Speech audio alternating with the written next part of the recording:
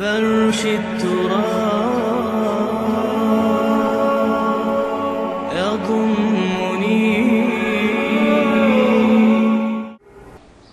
ہمارا فوری طور پر جلد از جلد ڈیفنس پیکٹ ہونا چاہیے چین کے ساتھ. صرف ایک ملک دنیا میں اس وقت ہے جو ابھی یہودیوں کی دسترس سے باہر ہے، اور کوئی ملک دنیا کا نہیں رہا.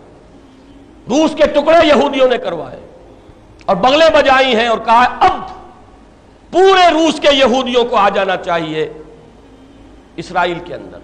یہ کیا وجہ؟ اب یہ بول رہا ہے کہ کس کی اسکیم ہے. ان کے ہاتھ کتنے لمبے ہیں. ایک سپر پاور کو اس طرح کرمبل کیا ہے اپنے ہاتھوں کہ خود نخچیر کے دل میں ہو پیدا ذوق نخچیری. جادو وہ جو سڑ سڑ کر بولے. یہ اللہ تعالیٰ کی طرف سے ہے. حالات ہیں، یہ بھی اس کی تائید کا مظہر ہے کہ اس کے ساتھ ہمارا معاملہ درست رہا.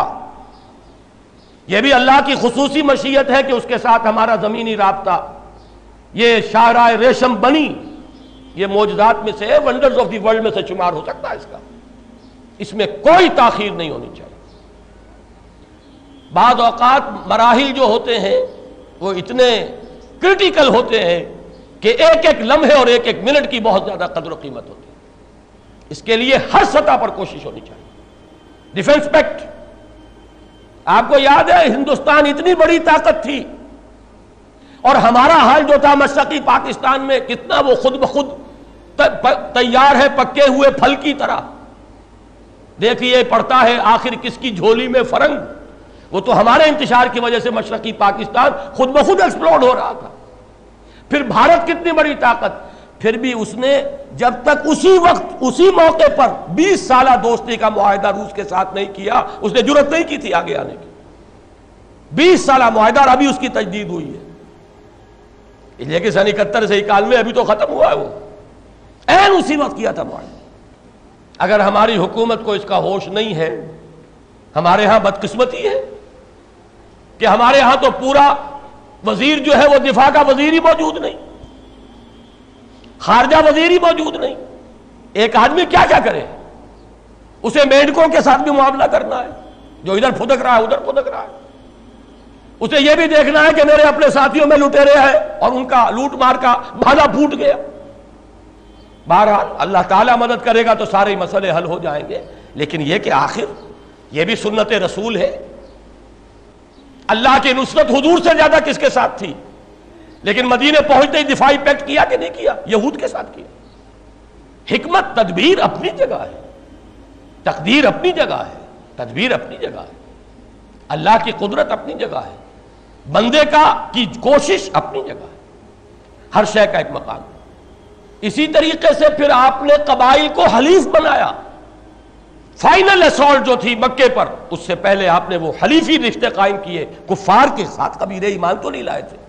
اور آپ کو معلوم ہے جیسے سیرت کی الف میں بھی آتی ہے کہ صلح حدیبیہ ٹوٹی ہے تو ایک کافر حلیف قبیلے کی وجہ سے ٹوٹی ہے.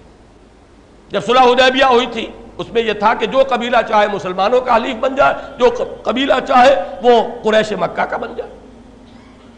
اب ہوا کیا کہ قریش کے حلیف ایک قبیلے نے مسلمانوں کے ایک حلیف قبیلے پر حملہ کیا. صلح ٹوٹ گئی. پھر حضور نے صلح کی تجدید نہیں کی. خاموشی کے ساتھ آپ نے، انتہائی رازداری کے ساتھ آپ نے وہ جو تھا فتح مکہ کے لیے تیاری کی ہے. کہ ایک صحابی سے ذرا سی غلطی ہو گئی تو سورہ ممتحنہ کا اکثر و بیشتر حصہ اسی پر نازل ہوا. حضرت حاتب ابن ابی بلتع، انہوں نے اس کی مخبری کچھ کر دی تھی. حضرت عمر نے تو کہا تھا میں اس کی گردن اڑا دوں. حضور نے فرمایا عمر جانتے نہیں یہ بدری ہے، اس سے خطا ہو گئی ہے. اللہ تو معاف کر چکا ہے خطا، لیکن خطا ہوئی. اللہ نے بچایا. حضور کو اطلاع دے دی کہ وہ تو خط جا رہا ہے اس عورت کے ذریعے سے. آپ کے ایک ساتھی سے لغزش ہو گئی ہے، غلطی ہو گئی.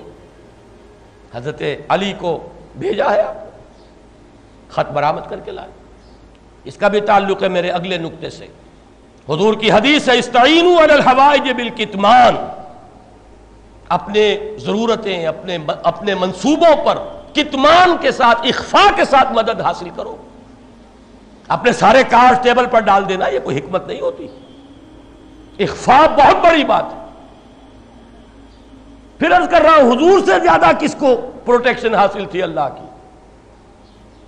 یہ آیت تو یوں سمجھیے کہ تقریباً 9 برس پہلے 10 برس پہلے نازل ہو چکی تھی. ان اللہ یدافع عن الذین آمنوا، مدافعت کی ذمہ داری اللہ پر ہے. پھر بھی حضور نے یہ اہتمام کیے، پیکٹ بھی کیا، یہود سے کیا. آج ہمارے لیے دنیا میں اگر کوئی ایک طاقت واحد ہے وہ صرف چین کی ہے.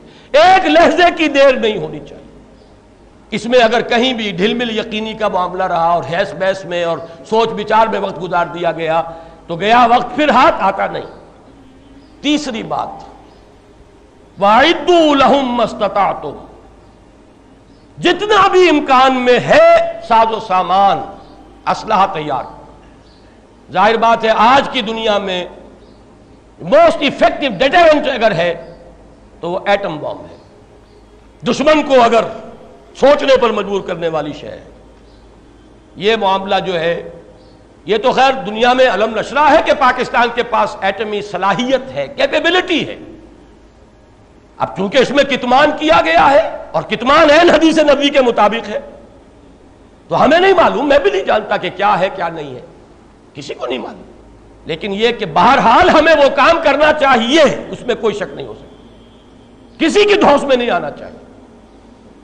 پھر میں کہوں گا اللہ کی پناہ ہمیں پہلے آ جاؤ، پھر یہ سب کچھ کرنا. اللہ کی پناہ جنہیں حاصل تھی انہوں نے بھی سب کچھ کیا ہے. اللہ کے رسول سے زیادہ تو کسی کو پناہ حاصل نہیں ہو سکتی اللہ کی، انہوں نے بھی کیا. اگر ہم اس کو بالکل نظر انداز کر دیں گے تو ہمارا کوئی کیا دھرا کام نہیں آئے گا. پہلی بات وہی ہے، اصل دفاع اللہ کا دفاع ہے. ان اللہ یدافع عن الذین آمنوا. نمبر 2، حلیف اور ایک ہی اس وقت طاقت ہے. پوری دنیا میں ریشہ دوانی ہو چکی ہے یہود کی، پوری دنیا. صرف ایک ملک بچا ہوا اور خوش قسمتی سے اس کے ساتھ ہمارے روابط ہیں، اچھے ہیں، ہمارا زمینی کانٹیکٹ بھی ہے. ابھی تک وہ امریکن پریشر کو ریزسٹ کر رہا ہے کہ میزائل ہم نے دینے طے کیے تو دیں گے، نہیں رکیں گے. لیکن اس کی ہمت بھی کچھ جواب دیتی نظر آ رہی ہے. اندرونی خلفشار وہاں پیدا کر دیا گیا تھا. ٹائنن اسکوائر کے اندر جو کچھ ہوا ہے وہ تو بچ گئے ہیں، بہت بڑی جانی قربانی دے کر بچے ہیں، ورنہ روس سے کہیں زیادہ گندہ حشر ان کا اب ہو چکا ہوتا. اور فحاشی اور بے حیائی یہ تیسرا ہے ان کا. کھلی مارکیٹ اکانومی، سود کے ساتھ، سٹاک ایکسچینج کے ساتھ، جوئے کے ساتھ، اور کھلا سیکس شراب کے ساتھ، بے حیائی کے ساتھ، فحاشی کے ساتھ، اور آزادی کے نام پر یہ ساری چیزیں. خوشنما عنوان ہے آزادی، مادر پدر آزادی، اخلاقی آزادی، خدا سے آزادی، رسول سے آزادی، مذہب سے آزادی، آزادی ہی آزادی. یہ 3 ہتھ کنڈے ہیں یہودیت کے. پوری دنیا ان کے شکنجے میں، آپ بھی ہیں اسی کے شکنجے میں. نظام کے اعتبار سے ہم بھی اسی شکنجے میں. لیکن یہ کہ ابھی بچا ہوا ہے صرف ایک ملک ہے دنیا. اس کے ساتھ کوئی وقت، میں اس لیے زور شور سے یہ باتیں کہہ رہا ہوں کہ کسی طرح یہ میرا کوئی اور کسی سے کانٹیکٹ نہیں، نہ وزیر اعظم سے، نہ صدر سے. آج تک صدر صاحب سے کوئی ملاقات نہیں ہوئی. ان کی شکل بھی کبھی دیکھی تھی تو صرف شورا کے زمانے میں. اس اعتبار سے میرا ذریعہ یہی ہے، کوئی لمحہ ضائع کیے بغیر ہر ممکن کوشش ہونی چاہیے ان کو بھی کچھ حوصلہ دیا جائے. ان کا حوصلہ بھی جواب دے رہا ہے. جان میجر صاحب یوں ہی نہیں جا رہے وہاں. یہ وہی ویسپ، دی وائٹ اینگلو سیکسن پروٹیسٹنٹ جو یہود کے شکنجے میں. اینگلو سیکسن، اینگلو تو سب سے پہلے ہے، اس کا سب سے پہلا نخشیر تو تھا ہی برطانیہ. اسرائیل کا خنجر گھونپا گیا ہے تو برطانیہ کے ہاتھ سے عالم عرب کے اندر. یہ کیوں جا رہے ہیں؟ بہت اہم بات ہے. تو دعا بھی کیجئے لیکن یہ کہ تدبیر بھی کیجئے. تیسری بات جو میں نے کہا، اعدوا لہم ما استطعتم،